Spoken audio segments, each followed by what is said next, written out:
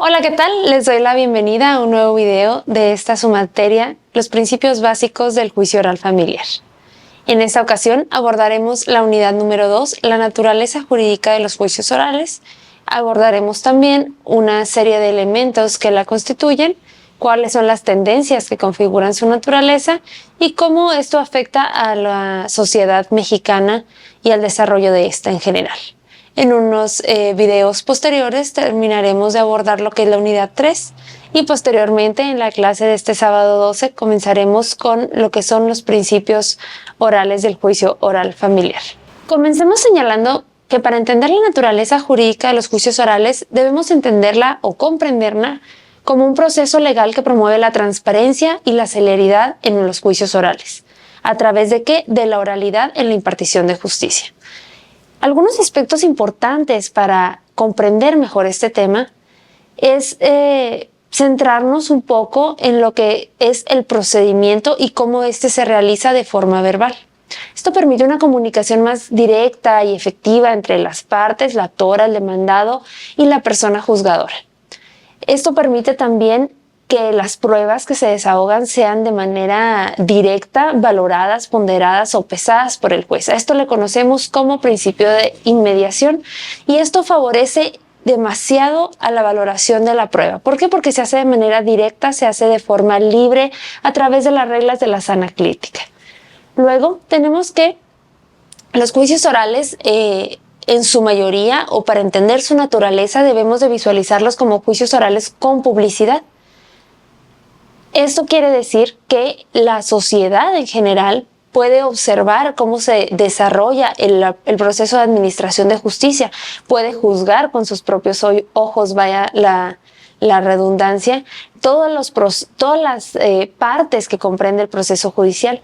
Y con esto se fomenta también la celeridad dentro de un proceso judicial. Si ustedes se dan cuenta, he mencionado algunos principios como lo es la inmediación, la celeridad, y lo seguiré realizando a través de este video porque precisamente a través del entendimiento de estos principios podemos comprender mejor cuál es la naturaleza jurídica del juicio oral familiar. Entendamos que este juicio busca de manera preponderante evitar las dilaciones innecesarias que, como les decía en las clases pasadas, se venían dando en el sistema tradicional. El juicio oral familiar promueve un proceso más ágil en comparación a otro tipo de procedimientos escritos y además promueve también la contradicción entre las partes. Las partes dentro de un proceso oral tienen derecho a contradecir de viva voz, a argumentar, a alegar ante el juez y que su contraparte se imponga en ese momento de lo argumentado y pueda dar contestación a lo narrado. En este sentido, visualicen ustedes cuánto tiempo llevaría de hacer todo esto de forma escrita. Es decir, dar las vistas, hacer las publicaciones de los autos, que estos surtan efectos, que se notifiquen, que transcurran los términos concedidos a las partes. Y llevaría demasiado tiempo. Este tema de la celeridad nos permite hacer todo de manera más concentrada. En este sentido, también favorece a la equidad entre las partes y guarda una relación estrecha con el principio de igualdad procesal. ¿Por qué? Porque visualicemos que los juicios orales están diseñados para proteger derechos humanos, garantizando un debido proceso y el derecho a la defensa y obviamente el derecho a la igualdad. En este sentido, no hay un procedimiento que sea más garante de los derechos humanos y de las garantías judiciales que, por supuesto, observábamos la clase anterior, que el juicio oral familiar. En muchos sistemas jurídicos los juicios orales son parte íntimamente relacionada con el sistema acusatorio, en donde la carga de la prueba recae en una parte acusadora y este tipo de sistemas propician un juez que no es activo dentro del procedimiento. Tratándose de materia familiar, el juez siempre va a tratar que exista un equilibrio entre las partes y va a tener la obligación siempre de subsanar aquellos desequilibrios que detecte, sobre todo cuando estos tengan su origen en temas de género o de estereotipos. En resumen, la naturaleza jurídica de los juicios orales refleja un enfoque moderno de administración de justicia orientado no solo a la defensa de los derechos humanos, sino también a la eficiencia de la transparencia de un procedimiento, en donde todas las partes involucradas pueden participar de manera activa, de manera directa ante la persona juzgadora, y pues qué mejor que esta certeza jurídica de saber quién y cómo te está juzgando para entender cómo es que la resolución te afecta a tu esfera jurídica. Para entender algunos aspectos adicionales de esta naturaleza de la que les hablo, debemos identificar que los juicios orales en sí se componen de algunos otros elementos. Los juicios orales, por ejemplo, tienen en su mayoría un marco normativo específico que los regula como un proceso contencioso. Este marco normativo nos va a marcar las pautas para que se desarrollen los juicios, y son normas específicas que en cada jurisdicción y por cada materia, por decirlo así, establecen procedimientos, derechos y obligaciones a las partes. En este sentido, pues sabemos que el sistema jurídico mexicano es una adaptación del sistema jurídico de Chile. Se han realizado algunas adecuaciones, pero de manera muy general, pues existen muchas coincidencias entre aquel sistema jurídico y el de nosotros. Entonces, estas coincidencias se han venido transformando a lo largo del tiempo y adecuando cada vez más a lo que es el sistema jurídico mexicano, de forma tal que ya hemos logrado nosotros evolucionar y crear nuestro propio marco normativo, por supuesto, sí con las bases, pero adaptándolo a las verdaderas necesidades de lo que es la sociedad mexicana. En este sentido, si analizamos algunas de las normas o de las disposiciones que se contienen en el nuevo Código de Procedimientos Civiles y Familiares, nos daremos cuenta que son más una respuesta a la necesidad de la sociedad. ¿Y a qué me refiero con esto? Por ejemplo, muchas entidades de la Nación de México carecían de una regulación específica en temas de desaparición forzada de personas, lo que es declaración de ausencia y presunción de muerte. En este sentido, ¿cómo responde el legislativo? Bueno, creando un marco jurídico aplicable para aquellas personas que necesitan encontrar a un ser querido, pero que mientras esto sucede necesitan darle certeza jurídica al escenario de la persona desaparecida. En México sabemos que lastimosamente desaparecen muchísimas personas cada día. Entonces esto nos ha llevado a tener estadísticas extraordinarias. ¿Y cómo reacciona el legislativo? Bueno, proveyendo de un marco normativo que a través del juicio oral, a través de una justicia pronta, de una justicia con celeridad, con inmediación, responde a esta necesidad. De ahí es que los juicios orales se van adaptando a través de normas específicas a la sociedad a la que responden. Menciono el tema del Código Nacional porque advierto que en su temario de principios no viene relacionado como tal lo que es el juicio de desaparición de ausencia, declaración de ausencia y presunción de muerte, corrijo. Y no viene mencionado de manera específica, pero es importante que lo conozcan porque definitivamente es una problemática social actual, y en la que muchas entidades no tenían estas bases de marco normativo para implementar un sistema, ¿no? Un procedimiento judicial. Ahora, desde su publicación, el Código Nacional está vigente para estas entidades que no tenían estas leyes especiales, de forma tal que a través de un procedimiento oral pueden acudir las personas cuyos familiares han desaparecido y solicitar al juez todo aquello que consideren necesario. Y en este procedimiento van a primar todos los principios que estamos viendo. ¿Para qué?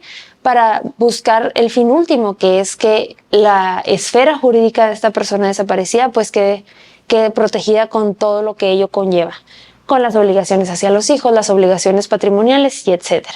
En esta medida podemos ver cómo la naturaleza del juicio oral pues se centra precisamente en esto, en responder a una necesidad social de la manera más rápida posible, de la manera más transparente posible y con la mayor inmediación. Visualicemos también que el juicio oral tiene etapas, es decir, el juicio contencioso como tal lleva etapas en un proceso. Y este proceso suele dividirse en pues varios momentos importantes. Tenemos lo que es la etapa postulativa o postulatoria, que se centra básicamente en la demanda y en la contestación. Luego viene una audiencia preliminar. En esta preliminar se admiten las pruebas, se busca la solución a través de un convenio y se revisan las medidas provisionales. Aquí ya tenemos, si ustedes identifican en una línea de tiempo, tenemos varios elementos importantes. Es decir, la fijación de la litis, la aceptación de las pruebas y obviamente después tenemos el juicio oral. En el juicio oral se presentan las pruebas, se presentan los testimonios y la persona juzgadora de manera directa, a través de sus sentidos, se percata de cómo es que la prueba alcanza o no para demostrar los hechos narrados por las partes. En ese sentido, esta dinámica que se desarrolla en el juicio oral permite al juez emitir una resolución basada en lo que efectivamente se le presenta durante el juicio, algo que no teníamos en el sistema escrito que anteriormente primaba en México. ¿Por qué? Porque estas resoluciones que se dictaban pues realmente jamás estaban sustentadas en los sentidos, en lo que el juez percibió de las partes, sino que estaban sustentadas meramente en los escritos que muchas veces el mismo secretario pues contribuía a generar, es decir, los acuerdos y toda esta serie de actuaciones que se van dando en un juicio, pero realmente el juez jamás imponía. En el juicio oral, el juez asume un papel mucho más activo que en los procesos escritos, y es responsable de dirigir la audiencia, de asegurarse que se respeten los derechos de las partes, de valorar la prueba, esto atendiendo a las reglas de la sana crítica, atendiendo a una libertad probatoria, pero que por supuesto pues exige que el juez esté mucho más preparado. No tiene un papel pasivo, no se limita a evaluar documentos, no se limita a ver qué dice, sino que va más allá. Entonces, en este sentido, pues la preparación del juez y la actuación que el juez desarrolla en la audiencia pues tendrá íntima relación con la valoración de la prueba que realice. Esta valoración, les decía yo en las clases anteriores, que es lo ideal es que el juez la realice apenas terminen los alegatos de cierre o los alegatos de clausura. ¿Por qué? Porque es cuando la percepción que el juez tiene de lo narrado está de verdad fresco, de verdad pues presente en la cabeza del juez, y esto va a garantizar que todos los argumentos que hayan sido vertidos y que se confronten en la audiencia pues estén de verdad valorados de una forma pronta, de una forma directa, de una forma inmediata, y pues se fomenta con ello un debate más dinámico, más directo, en donde la contradicción, como ya se lo señalé, es un principio fundamental y garantiza que todas las partes que intervienen en un procedimiento puedan alegar, puedan refutar, puedan argumentar y ofrecer las pruebas para que éstas se confronten una con la otra y de verdad se allegue el juzgado de lo que es la verdad material, ¿no? En este sentido, hay algunos aspectos claves que se relacionan con este tema de libertad probatoria, de valoración, y vuelvo a lo que les señalaba hace unos minutos, es decir, a la relevancia que tiene la posibilidad de contradecir una prueba o un argumento en un juicio oral. Es decir, si ustedes identifican, pues hemos abordado algunos puntos de la naturaleza del juicio oral, como su publicidad, su inmediación, su celeridad, pero el juicio oral no sería lo que es sin la contradicción, y esta contradicción tiene una íntima relación con el derecho humano a una defensa técnica y efectiva. Ya analizábamos en la clase pasada el artículo 8.1 de la Convención sobre los Derechos Humanos, y este artículo no hace más que garantizar que cada persona que llega a un juicio tenga la oportunidad de contradecir lo que se le argumenta. ¿Y cómo lo va a contradecir? Pues con una preparación técnica. Cada parte tiene la oportunidad de presentar su versión de los hechos, de cuestionar la evidencia que se está ofreciendo en su contra, y esto asegura un proceso justo y equilibrado. En este sentido, durante el juicio oral, las partes pueden interrogar a los testigos y, crucialmente, realizar un contrainterrogatorio, o en el caso de ya las disposiciones que se prevén en el nuevo Código Nacional, un recontrainterrogatorio. Es decir, no basta con las primeras preguntas que los litigantes realizan a sus testigos, sino que busca ir más allá, busca ir al por qué contestó eso y busca indagar mucho más a fondo en las respuestas. Pero aun si esto no fuera suficiente, esta contradicción de las partes se ve tutelada, se ve garantizada mucho más cuando el juez familiar tiene no solo la virtud o la facultad, sino la obligación de ir más allá y de indagar en aquellos aspectos que puedan ser constitutivos de elementos importantes a tomar en cuenta en el dictado del fallo. ¿A qué me refiero con esto? Muchas veces tenemos, por ejemplo, un testigo, una persona testigo que llega a la audiencia de juicio y tal vez es un expediente muy ordinario, con hechos que son narrados de manera muy sucinta, pero a la hora que interrogas al testigo te das cuenta, por ejemplo, que hubo violencia física, que hubo violencia psicológica, y esto te da para actuar oficiosamente como autoridad judicial e ir más allá en la resolución dictando pues las medidas necesarias para que, por ejemplo, los padres acudan a talleres para padres o talleres para madres. En general, dictar cualquier medida tendiente a revincular a las personas con pues con estos temas de justicia restaurativa y terapéuticos que permitan cesar estas conductas de violencia que tal vez no te narraron, pero que a través del interrogatorio y el contrainterrogatorio pues advertiste oficiosamente y tuviste la obligación de proveer al respecto en la sentencia. En este sentido, es muy importante también en el juicio oral tener en cuenta que la contradicción tiene una íntima relación con la posibilidad de desvirtuar la prueba de tu contrario, particularmente tratándose de los testigos, tiene la posibilidad de cuestionar la credibilidad y la relevancia de su testimonio, explorando otras posibles inconsistencias. En ese sentido, el nuevo Código Nacional ya no nos prevé lo que conocíamos como tachas de ley. Recuerden ustedes que antes era usual que cuando el testigo llegaba a la audiencia de juicio se le preguntaba si tenía alguna relación de parentesco con la persona que le ofrece, si es su empleado, si tiene alguna relación de suprasubordinación, si tiene algún negocio. Ahorita ya no. Incluso antes se le preguntaba si va a recibir algún beneficio por su declaración. Después de la implementación del Código Nacional nos encontraremos con que es tarea de las partes explorar temas en cuanto a inconsistencias, en cuanto a falta de fiabilidad del testigo, y ya no se utilizarán las tachas de ley. ¿Por qué?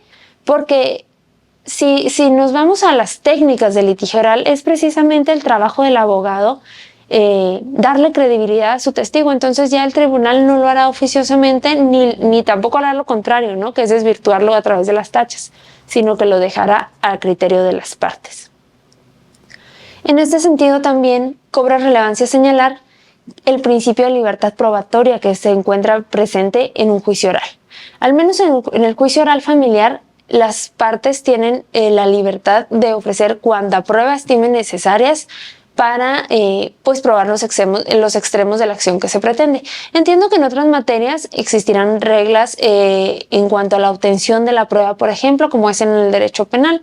Sin embargo, en la materia familiar es mucho más flexible, es tendiente a que las partes puedan presentar pruebas y sea tarea de su contraria el impugnar la admisibilidad o el valor probatorio de estas pruebas, o incluso puede impugnar la falsedad de estas pruebas ofrecidas en el juicio.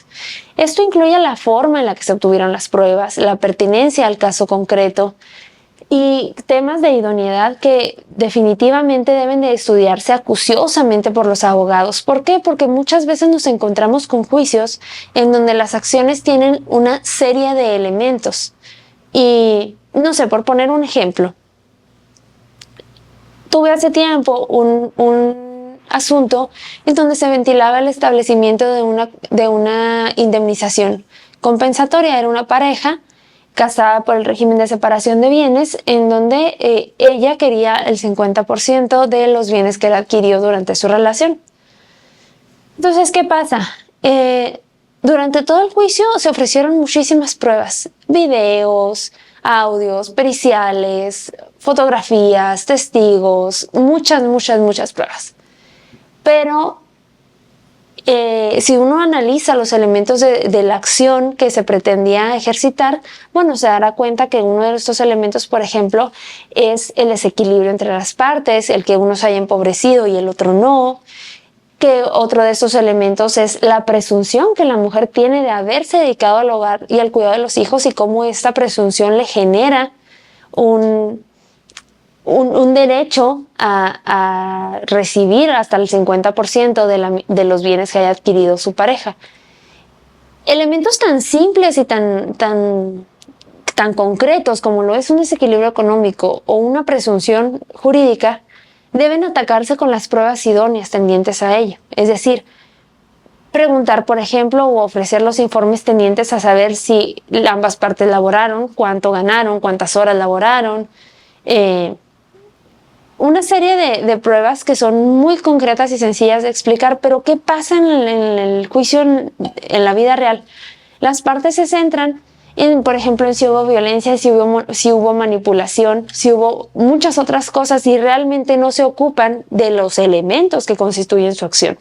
Entonces, en este sentido hay que tener en claro que la libertad probatoria se dice en un sentido amplio, pero se analiza en un sentido estricto. ¿Por qué? Porque las pruebas deben de cumplir con dos criterios esenciales, la pertinencia y la idoneidad. Si una prueba no guarda una relación directa con la acción que se ejercita, pues no es idónea.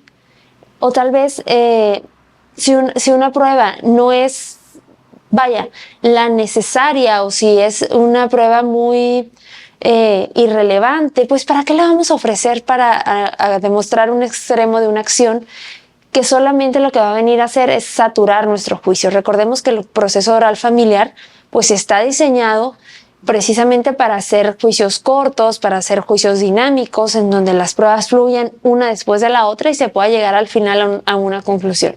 Entonces, yo creo que el principio de libertad probatoria nos da para muchísimo análisis. Y creo también que es una tarea que todas las abogadas y los abogados debemos de tener para reflexionar día con día, cuando estemos ofreciendo una prueba, cuando estemos valorando una prueba, preguntarnos, ¿para qué me sirve? ¿Qué es lo que realmente quiero probar con esto, no? Porque muchas veces, de acuerdo con nuestra teoría del caso, las cosas nos sirven para una cosa, pero también es cierto que muchas veces la teoría del caso que los abogados formulan no va de la mano, con los elementos de su acción, y entonces terminan siendo siempre sentencias improcedentes. De ahí que yo les invito a estudiar mucho este tema de libertad probatoria, que definitivamente guarda una relación estrecha con el juicio oral familiar.